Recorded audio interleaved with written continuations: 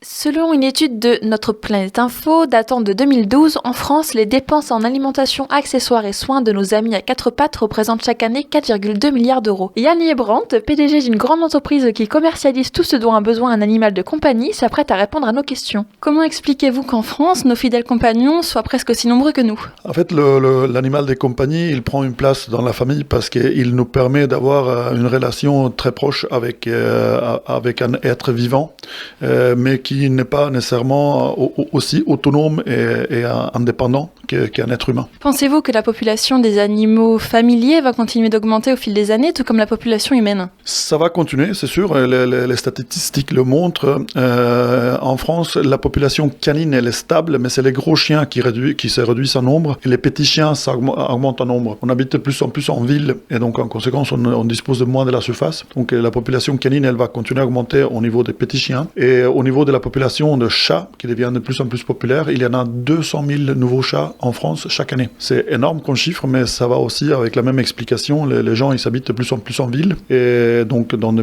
surfaces plus petites. Et un chat, il est beaucoup plus autonome, il est facile à avoir dans un appartement, le laisser tout seul la journée quand on travaille, et plus facile aussi à partir en week-end avec un chat qu'un chien. Et selon vous, la place des animaux domestiques dans la société est-elle appropriée ? Est-ce que vous ne pensez pas que parfois ça va un peu loin ? Non, je ne pense pas. En fait, l'animal, c'est un être vivant. Il a le droit à tout respect comme nous, les humains. Nous, les humains, on est quelque part des êtres vivants aussi. Donc la France est le précurseur dans cette évolution, parce qu'aujourd'hui, la France a même changé sa législation. Dans le passé, il y avait des humains et des objets. Aujourd'hui, il y a 3 niveaux dans la législation. Il y a l'être humain, l'être vivant, donc les animaux, et les objets. Donc l'évolution, elle est bonne. Les animaux, ils ont le droit au même respect que les humains. C'est une vie, et on doit respecter la vie. Avoir un animal à ses côtés est donc bénéfique pour le moral et pour la santé, selon vous ? C'est absolument bénéfique. On le voit, les gens, quand ils s'achètent un animal, un compagnon, ils les achètent à des phases dans la vie où ils sont plus seuls, où ils ont besoin de la compagnie. C'est souvent